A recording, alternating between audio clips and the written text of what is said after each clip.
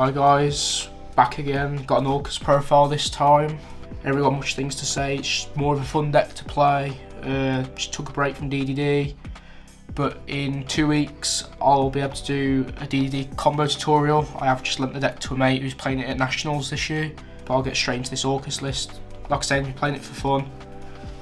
It's nothing meta, but it's just enjoyable to play. Main starter's 3 Yugioh, one of the best cards in the deck. It's a Foolish Burial and Summons token, so you can end on the IP Babble board like you did in 2019. But it did boost the deck, but the deck does need Heart to be really good again. Another starter's 3 Scrap Recycler, again says Foolish Burial, so it dumps your Nightmare, so you can combo. And the last one is an Armageddon Knight, which also says Foolish Burial. Other starters you can play is Foolish and the Rotor. The Rotor grabs the Armor Knight, and the Foolish can dump any your Orcust monsters. So if you open like an Orcust and you have the Foolish, you can Foolish dump Bombard to combo. Usually you do set up Galatea with the Crescendo, which is the counter trap, and then you just set back row and you play and set the Babble up for the following turn. It just gives you a bit more advantage and doesn't put too many resources into your board. That's it for your starters. There's 9.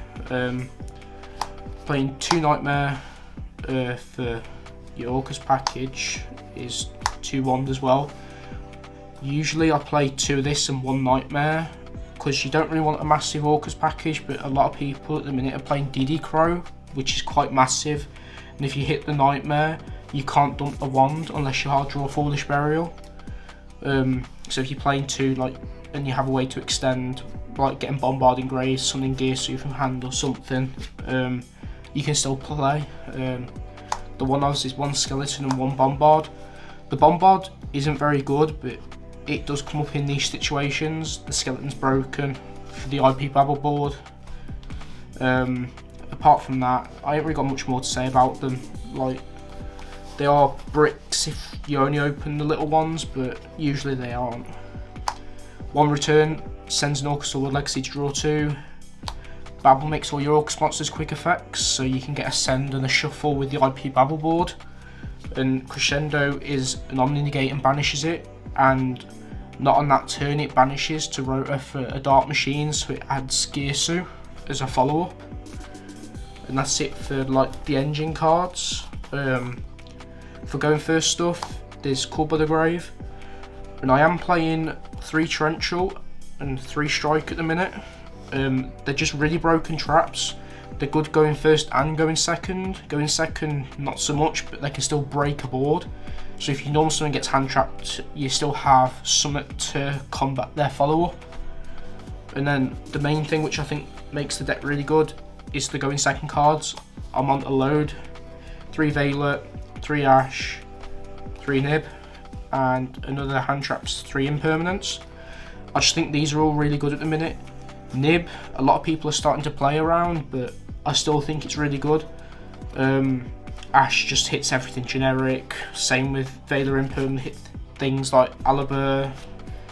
The last going second card I'm playing in the main is 3 Cosmic. A lot of people are jumping onto the Demise of the Land to activate Mystic Mine, so you just want a main deck out in my opinion. You lose to Mystic Mine 99% of the time because you don't have an out. The only out you can have is pile all your resources into a link, go into Ding and then return, send it, but you're playing 1 return, so it's like you out 1 mine, and by the time you do that they could have a second, so it's you need some sort of back row removal. But that's it for the main deck. It's just short and sweet. I ain't really got any changes I want to make about it.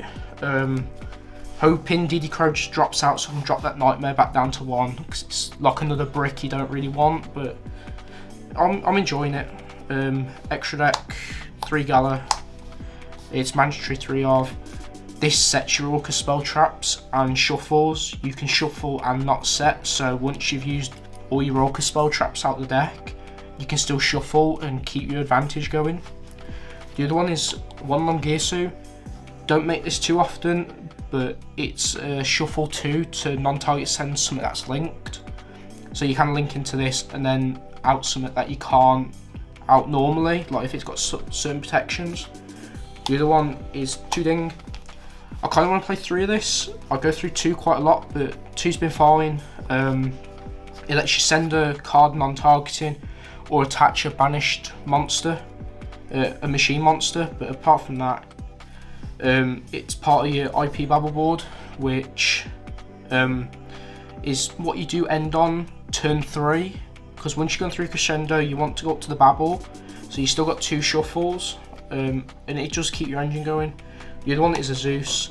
You barely make it because you are locked, but Zeus is just broken in general. Hitting this into a grind game against any deck can be a game changer. That's it for like the Orcust extra deck bits. 1 link Rebo, you need this for the Gearsu token. IP for the IP Babble board. Dark, you're playing a dark deck and it's just broken in general, helps your link ladder. Nightmares, I'm playing a Phoenix, Cerberus and a Unicorn. The Unicorn comes up a lot. Phoenix is a bit better than Cerberus. Like Cerberus is like the worst one out of the bunch, but they are really good generic cards. And a weird one I'm playing is Appaloosa. I very rarely make it, but when I do it, I've opened a really nice hand, so I don't mind putting the resources in. And if I get hand trapped, I just lose the Appaloosa and keep the same board, so it doesn't really change much. The last one is I'm playing the Predaplant, because I do side deck Super Poly because I hate Branded. I always seem to get sacked by that deck, and I just wanted to play Super Poly because it just breaks their board. That's it for the extra deck. Side deck, tokens. Playing Double Token Collector. I really love this card. It's good against Sword Soul and stuff. Playing 2DD Crow. I'm not a fan of this card at all. I have been testing it today a bit. I've played a few games with Steve. It's been really good. I've been hitting his engages and it's made him awkwardly play. I think I'll carry on playing it. I'm not 100% sure yet, but it's been nice today. 1 Pank, broken 1 of. I'm playing triple Super Poly, which is good against Branded. Nothing really more to say. It is only there for Branded. I'm siding 3 talents. I'm not a fan on siding it. I kind of want to main deck it, but I ain't really got the space because the space is really tight. But it is a good card, and if you do get hand trapped on your normal summon, talents can draw 2, look at the hand or whatnot. And if you draw for follow up, or you can look at the hand, take some out, and know more what you want to hand trap or where you want to use your torrential and stuff. It just depends what they open, what hand trap it is, and what your hand is. I'm playing double D barrier. I'm only playing 2 because I am playing the 1 trap trick as well, because trap trick can set impermanence and torrential, so it's a bit more of a variety. This card's just broken against things like Despia, Sword Soul, Pendulum if it does come up. No, Pendulum's kind of irrelevant, but you know. The last card is 1 red reboot, just a broken card against any trap decks. There's nothing really more to say. It's just short and simple. There's nothing I really want to change at the minute, but it is what it is. People can make their own changes if you're looking at the list just for inspiration. Like, comment and subscribe. Any questions, feel free to ask and I'll reply when I can, and I'll be back in about 2 weeks with a DDD combo tutorial for you guys, because that's what you was asking for last time. Thank you, goodbye.